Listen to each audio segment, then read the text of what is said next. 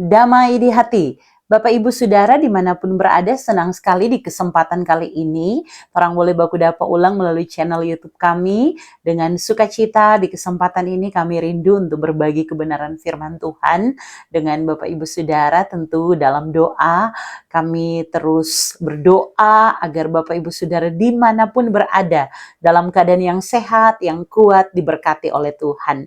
Nah, sebelum kita membaca dan merenungkan firman Tuhan, saat ini mari kita berdoa. Bapa, di dalam nama Tuhan Yesus, Bapa yang mengasihi kehidupan kami sungguh bersyukur punya Allah seperti Engkau. Allah yang mengasihi kami, Allah yang menolong, memberkati, dan memampukan kami ada sampai saat ini. Terima kasih untuk setiap hal baik yang Tuhan buat. Kami bersyukur kepadamu Tuhan. Saat ini kami mau pakai waktu ke depan untuk dapat merenungkan firman-Mu. Tuhan, kami terbatas, kami tidak mampu ketika kami mau mengandalkan kekuatan kami. Maka kami meminta pertolongan Tuhan. Roh Kudus Tuhan menuntun setiap kami. Hamba-Mu yang berbicara, setiap pendengar dimanapun berada, berikanlah kami telinga seorang murid, hati yang mau taat dan setia melakukan firman-Mu. Terima kasih Tuhan, waktu ke depan ada dalam pertolongan Tuhan, sehingga kehendak-Mu yang jadi bukan kehendak kami. Dalam nama Tuhan Yesus kami berdoa. Amin. Ya, Bapak Ibu Saudara dimanapun berada, sekali lagi hari ini kita bersama akan belajar kebenaran firman Tuhan, dan harapannya kita semua dimanapun berada tetap dalam keadaan yang sehat, diberkati oleh Tuhan. Kita ada di periode bacaan 30 Juni sampai 6 Juli 2024. Sekali lagi, 30 Juni sampai 6 Juli 2024. Kita akan membaca bagian firman Tuhan dari 1 Korintus pasal 6 ayat 12 sampai 20 di bawah tema mingguan, muliakanlah Allah dengan tubuhmu. 1 Korintus pasal 6 ayat 12 sampai 20 ada di bawah perikop bacaan. Saya bacakan dari Alkitab Terjemahan Baru yang kedua, nasihat terhadap percabulan. Bapak Ibu Saudara, saya akan bacakan 2 ayat untuk kita semua dari ayat 19 sampai ayat 20. Ayat 19, atau tidak tahukah kamu bahwa tubuh kamu semua adalah bait Roh Kudus yang tinggal di dalam kamu, roh yang kamu peroleh dari Allah, dan bahwa kamu bukan milik kamu sendiri, sebab kamu telah dibeli dan harganya telah lunas dibayar. Karena itu muliakanlah Allah dengan tubuhmu. Ya, sungguh pembacaan yang begitu luar biasa. Ini akan menjadi satu perenungan kita semua yang masih ada di bawah tema bulanan kita. Saksikan dan kabarkan Injil, baik atau tidak baik waktunya. Bapak Ibu Saudara, kalau kita membaca maka kita semua akan ketemu ketika di bulan ini kita kembali di minggu kelima membaca 1 Korintus pasal 6 ini, kita harus melihat terlebih dahulu apa yang menjadi alasan mengapa tema mingguan kita di minggu kelima bulan Juni ini adalah muliakanlah Allah dengan tubuhmu. Ada satu alasan pemilihan tema, yaitu karena adanya perkembangan digital yang semakin terasa, sehingga dikatakan dalam buku MTPJ, dunia terasa berubah dengan begitu cepat.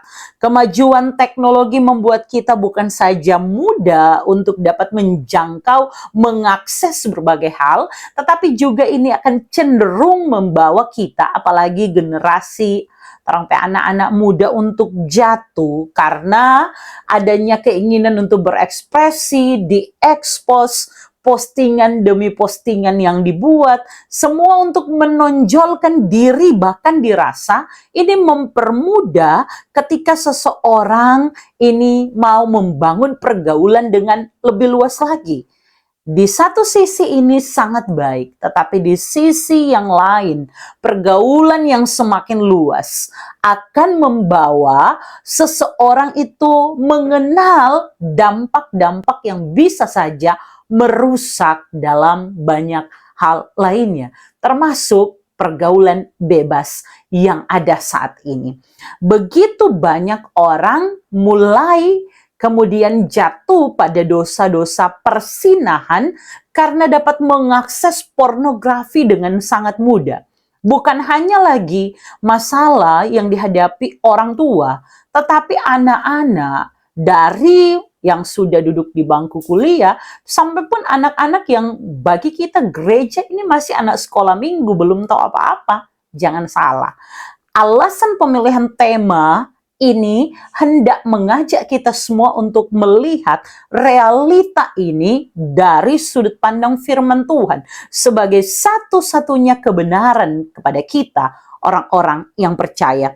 Maka Bapak Ibu Saudara, konteks kita hari ini rasanya tidak akan jauh berbeda kalau kita melihat konteks jemaat di Korintus. Karena kota Korintus adalah sebuah kota pelabuhan yang sangat berkembang.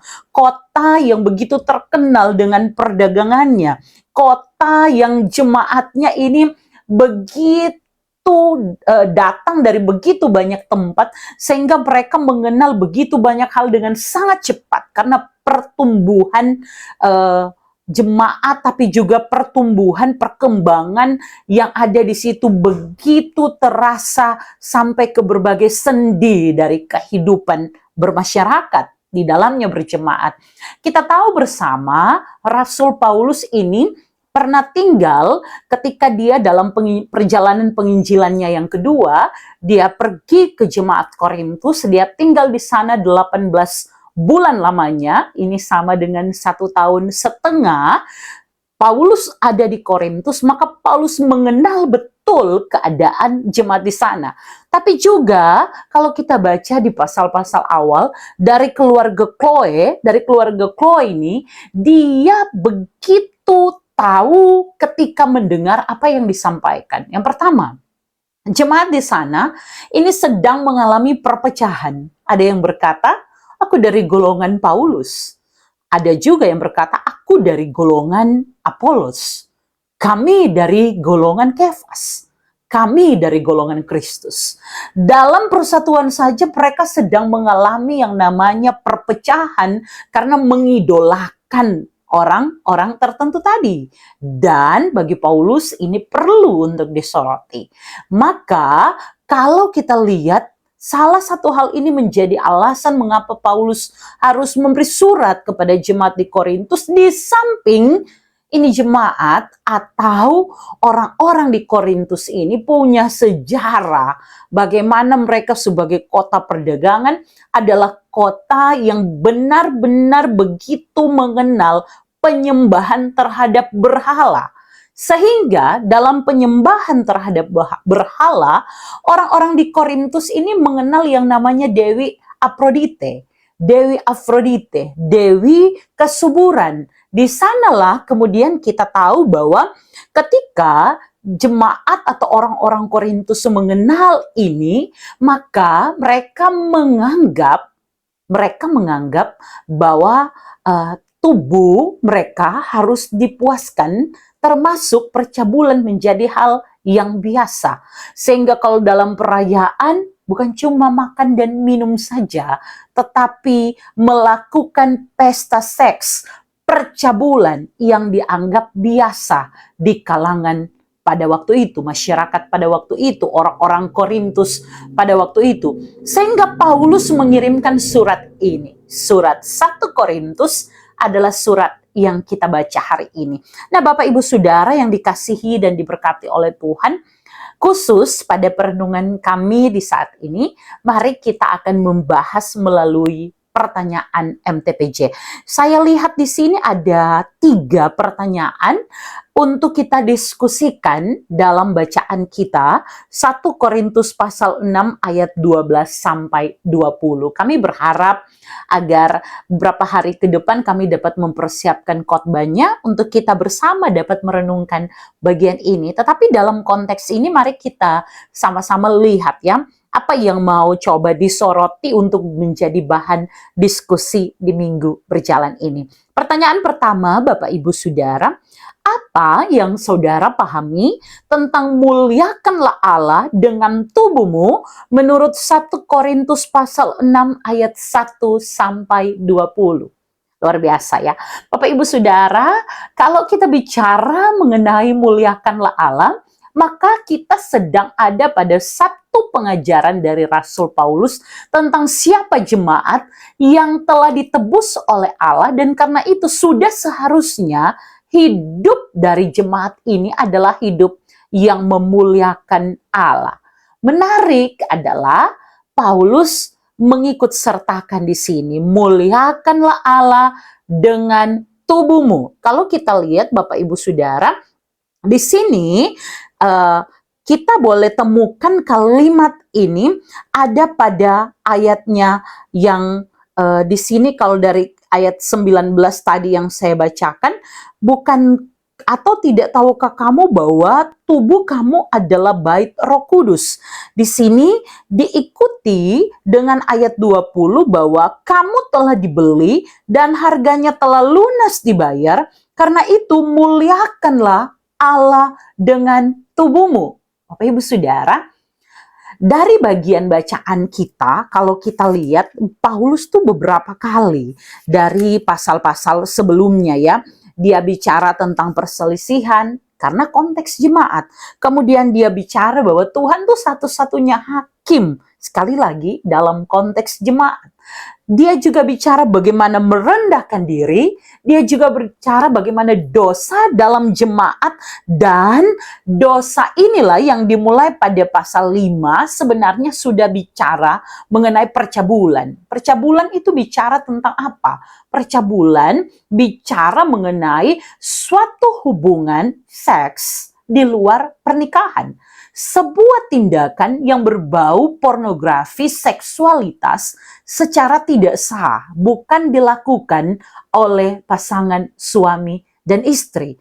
Maka Bapak Ibu Saudara, kalau kita lihat di sini Paulus dari pasal 5 ayat 1 dia bilang ya, memang orang mendengar bahwa ada percabulan di antara kamu, dan percabulan yang begitu rupa yang bahkan tidak terdapat sekalipun di antara bangsa-bangsa yang tidak mengenal Allah, yaitu bahwa ada orang yang hidup dengan istri ayahnya, dan seterusnya. Bukan main.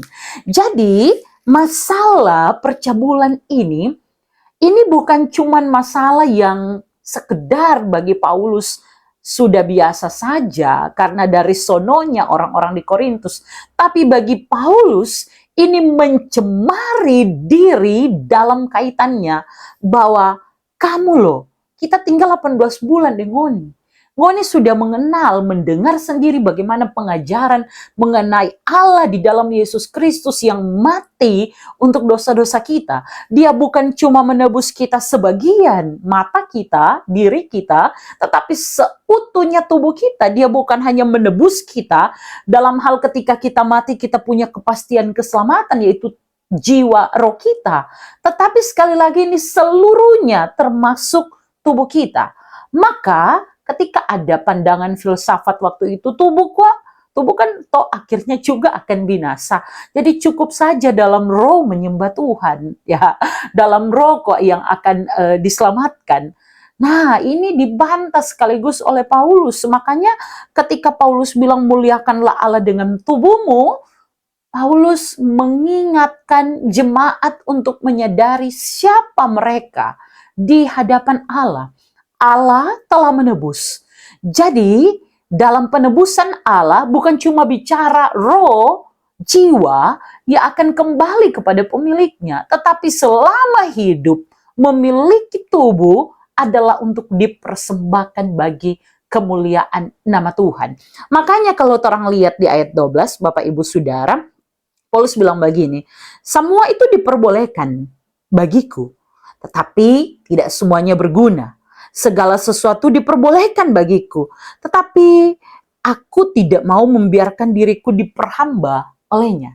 Ada dua hal di sini yang Paulus mau bicara, bahwa yang orang rasa pun penting dalam gairah, keinginan-keinginan untuk masuk pada pornografi, pada dosa seksualitas, persinahan, percabulan dalam bacaan ini, Paulus mau mengingatkan apa DP guna.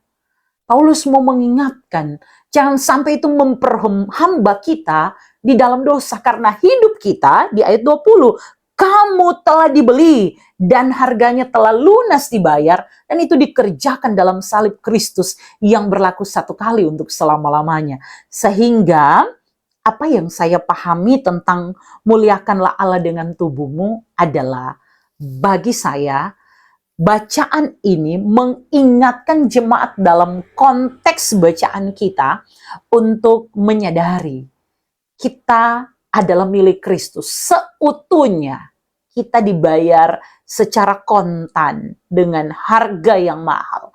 Dan bayarannya bukan dengan rupiah atau apapun yang kita anggap bernilai, tetapi dengan pengorbanan darah Kristus yang berlaku satu kali untuk selama-lamanya. Sehingga kita bukan lagi pemilik dari tubuh kita ini, tetapi kita hanya alat di tangan Tuhan. Maka tubuh kita, jiwa, roh kita adalah persembahan yang hidup, yang kudus, dan berkenan kepada Tuhan. Sehingga orang harus memuliakan Tuhan.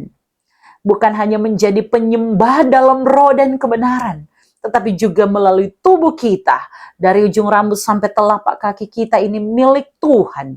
Tidak ada yang akan kita pakai secara sia-sia untuk memuaskan keinginan kita, kemauan kita, tetapi untuk memuliakan Tuhan. Maka tujuannya jelas. Muliakanlah Allah dengan tubuhmu, berarti orang yang sudah dibayar lunas harus mempersembahkan seutuhnya kehidupan kita kepada Tuhan yang adalah pemilik hidup kita. Ini yang mau disampaikan dalam konteks jemaat Korintus. Kamu mungkin ada di lingkungan yang percabulan itu biasa, tapi kamu adalah orang-orang yang dipanggil keluar dari kegelapan. Kamu adalah pengikut Kristus, kamu telah mengenal Kristus, kamu telah ditebus dengan harga yang mahal. Maka kamu harus hidup berbeda dengan orang-orang dunia. Ini yang Paulus mau sampaikan kepada konteks jemaat pada waktu itu. Ngoni mesti hidup berbeda dari dunia. Ngoni mesti hidup dengan memuliakan Allah. Ini ya yang bisa saya bagikan. Ya, pertanyaan yang kedua. Mengapa percabulan sangat ditentang oleh Rasul Paulus? Bapak Ibu Saudara, rasanya ini sudah cukup terjawab dengan kita melihat pertanyaan yang pertama tadi ya, di mana kita sudah cukup membahas ini. Kita semua tahu bahwa Paulus itu begitu konsen dalam pengajaran-pengajarannya. Paulus begitu konsen mengingatkan jemaat untuk dapat kembali kepada Kristus, Allah yang kudus, Allah yang menghendaki kita hidup kudus, sehingga kita yang adalah pengikut-pengikut Kristus juga harus hidup dalam kekudusan. Dan persinahan, percabulan ini adalah bertolak belakang dengan hidup kudus, sehingga ya jelas Paulus begitu konsen menyuarakan itu, bagaimana kemudian mereka dapat melawan, tidak melakukan, tidak hidup di dalam percabulan. Bapak Ibu Saudara yang dikasihi dan diberkati oleh Tuhan, saya mau coba bacakan sedikit mengenai apa yang dituliskan dalam buku MTPJ ya Bapak Ibu Saudara.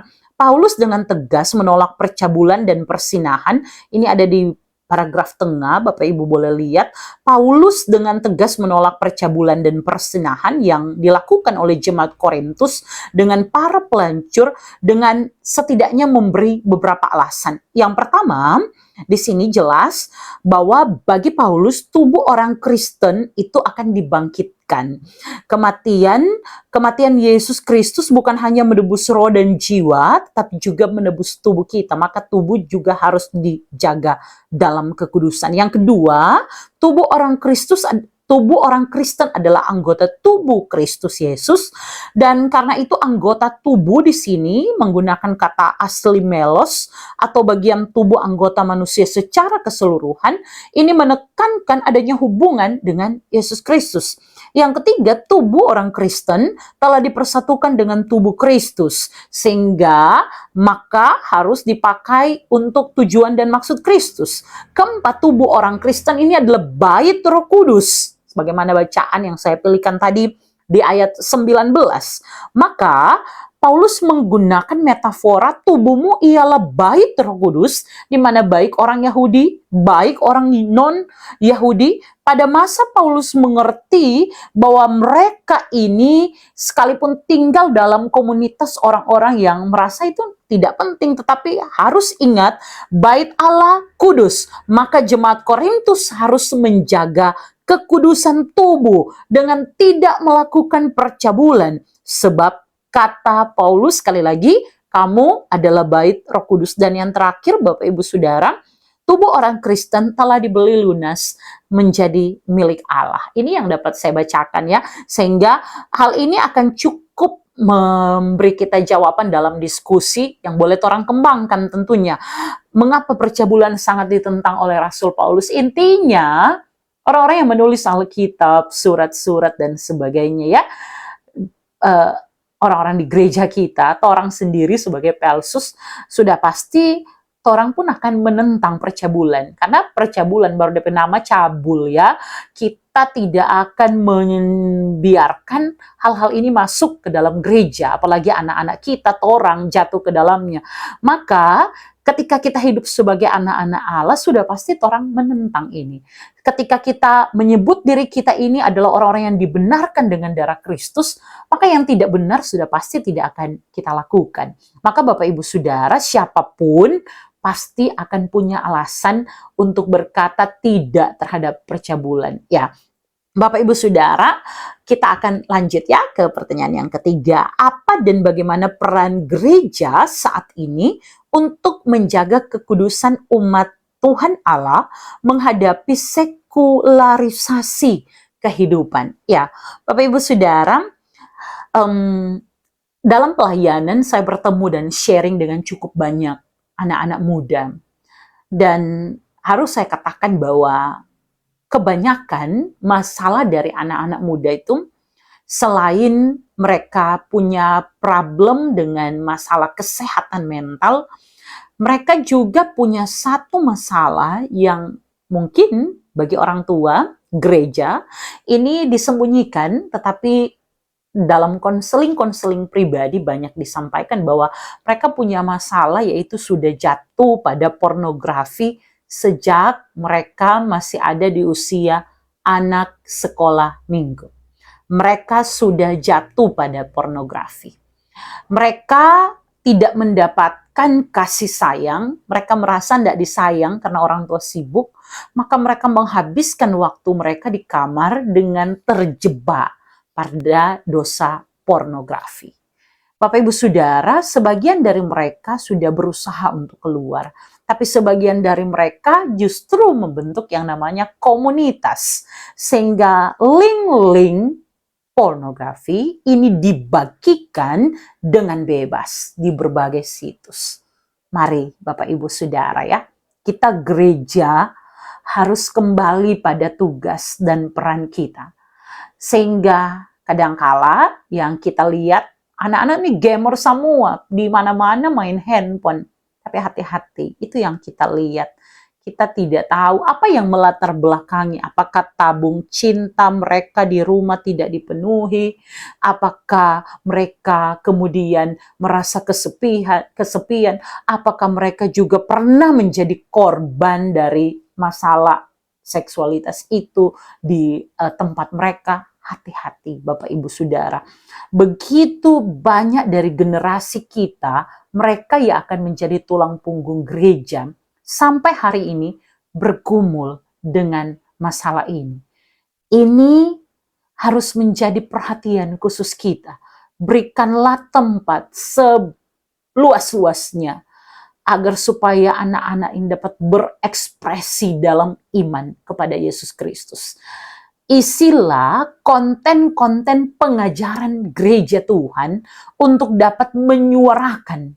Mereka lo punya gereja sebagai komunitas mereka.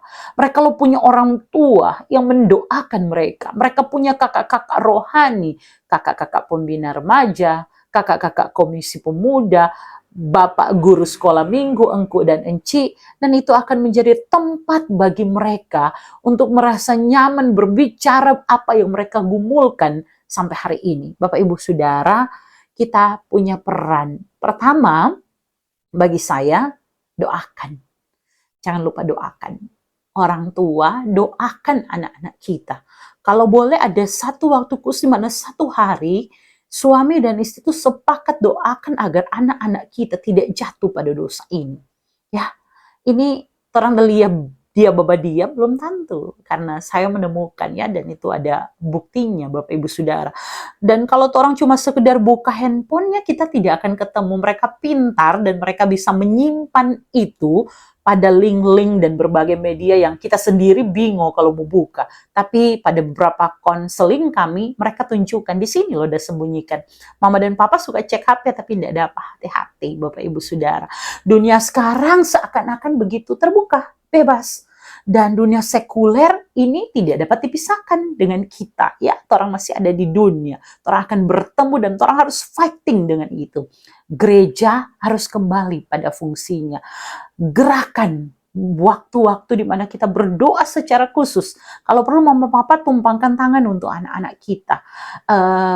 Dengan lutut di lantai pun, dengan menangis di hadapan Tuhan, orang sampaikan pergumulan kita bahwa anak-anak kita di tengah zaman ini, mereka membutuhkan kita. Sehingga biar orang bekerja, orang tidak lupa pengajaran kepada anak-anak.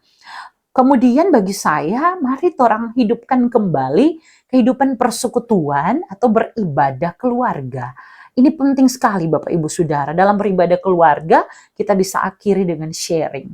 Harus ada, kemudian ya, harus ada me time. Waktu khusus, papa berjalan dengan anak, nggak usah jadi dulu mama. Mama berjalan dengan anak, nggak usah jadi dulu papa. Bergumul sama-sama. Hati-hati, jangan sampai juga begini, tapi papa yang masih bergumul ya. Mama papa harus hidup dengan memuliakan Tuhan dengan tubuh. Memuliakan Tuhan untuk menjadi teladan bagi anak-anak. Sehingga anak-anak akan melihat ada kasih sayang dari antara orang tua. Karena hadiah bagi anak itu bukan cuma mainan tentu kan. Bukan cuma kuota, bukan cuma barang-barang yang branded, bermerek. Tapi hadiah bagi anak-anak adalah keteladanan dalam iman kepada Yesus Kristus. Bagaimana mama papa tuh saling sayang. Sehingga anak-anak tahu di rumah mereka tuh penuh kasih sayangnya. Dan saat mereka bergumul, mereka akan cerita ke orang tua. Bangun ya komunikasi ini. Kita gereja perlu suarakan. Perlu ada misalnya seminar-seminar. Kasih tinggal aja dulu tuh kebiasaan-kebiasaan. Saya lihat ya, terlalu banyak dengan kegiatan pesta pora di dalam gereja, kegiatan seremoni, senang-senang untuk bahagia saja, lomba-lomba yang maaf kata ini tidak urgent, tidak dilaksanakan oleh gereja pun dilaksanakan oleh berbagai organisasi. Tapi kalau seminar kekristenan hanya gereja yang melaksanakan. Kalau gereja kebalikan, gereja melaksanakan apa yang dilaksanakan oleh dunia dan lupa tugas tanggung jawabnya sebagai gereja, ini tanda tanya. Kita gereja yang seperti apa? Sehingga Bapak Ibu Saudara mari kembali orang sebagai pelayan khusus suarakan mulai dari jemaat kita, agar supaya kita dapat menunjukkan peran kita sehingga orang bisa dapat ikut menjaga agar kita sebagai hamba-hamba Tuhan, jemaat yang kita layani dapat hidup kudus karena kita menyembah Allah yang kudus. Orang mesti hidup kudus, tidak ada tawar-menawar akan hal ini. Saya pernah katakan kepada banyak murid, saya bilang begini, dalam hukum jangan berzina. Ini bukan cuma masalah bahwa kamu tuh melakukan persinahan, tidak. Tetapi kamu membuka konten pornografi, melihat konten tersebut, membaca sesuatu yang berbau pornografi, bahkan melakukan itu dalam pikiranmu, niat hatimu, ucapanmu, kata-katamu yang sekarang serupanya tabu, kamu katakan, apalagi sampai ada niat hati dan apalagi sampai melakukan, itu menyakiti hati Tuhan. Karena Allah kita Allah yang kudus. Kita harus menjaga hidup kudus di dalam Dia. Namun Bapak Ibu Saudara, teman-teman, siapapun yang mendengarkan video ini, ada kabar baik. Sejatuh-jatuhnya kita, bagaimanapun hari ini kita sedang ada di dalam dosa yang membebani kita untuk datang kepada Allah, kabar baiknya Allah mengasihi kita. Yesus datang untuk mengampuni kita. Kasih-Nya dari dulu, sekarang, dan sampai selama-lamanya masih sama. Dia masih membuka pintu kemurahan hati-Nya untuk menyambut kita bertobat kepadanya. Maka hari ini saya mau ajak kita semua, mari balik kepada Tuhan. Kamu begitu berharga. Kamu telah dibeli dan harganya telah lunas dibayar. Karena itu, muliakanlah Allah dengan tubuhmu. Mari kita berdoa. Bapa di sorga, terima kasih untuk setiap kebaikan-Mu. Tuhan, kalau hari ini kami belajar firman, kami harus akui bahwa kami jatuh bangun di tengah kehidupan dunia yang tidak baik-baik saja. Tapi kami sungguh percaya Engkau Allah yang mengasihi kami. Tuhan, kami mau mengaku dengan jujur di hadapan-Mu akan setiap keterbatasan kami dalam menyampaikan ini. Tapi Tuhan, kami meminta, biar dalam generasi kami, dalam keluarga kami, dalam kolom kami, dalam jemaat kami, kepada kami semua, Tuhan, Engkau tolong supaya kami boleh hidup kembali menyenangkan Engkau dalam pertobatan yang sungguh. Tolong kami untuk menjaga hidup yang kudus, menyembah Engkau Allah yang kudus. Tolong kami memelihara iman, sehingga kami boleh memuliakan Engkau Tuhan yang menciptakan kami, yang mengasihi kami. Kami mau memuliakan Engkau dengan tubuh, jiwa, roh kami, sebagai persembahan yang hidup, yang kudus, berkenan kepadamu Tuhan. Biar pakai kami menjadi alat di tangan-Mu Tuhan. Terimalah setiap pengakuan kami Tuhan. Tolonglah kami sehingga firman-Mu ini menjadi pegangan bagi kami untuk melakukan apa yang berkenan kepadamu. Terima kasih Bapa di sorga, diberkati setiap pendengar. Tuhan tolong untuk menjadi pelaku firman yang taat dan setia dan taat untuk melakukan kehendak-Mu dalam pemberitaan firman yang mengubahkan banyak orang. Terima kasih Bapa di sorga, ini doa kami. Dalam nama Tuhan Yesus kami berdoa. Amin. Akhirnya Bapak Ibu Saudara, sampai jumpa. Kami berharap segera posting untuk perenungan ini. Sangat menarik dan semoga akan makin berkembang dalam diskusi PA di jemaat Bapak Ibu Saudara berada. Tapi juga jika bagian ini menjadi berkat bagi Bapak Ibu Saudara, boleh dibagikan kepada saudara-saudara yang lain. Boleh teks WA kami jika Bapak Ibu Saudara mau sharing bersama.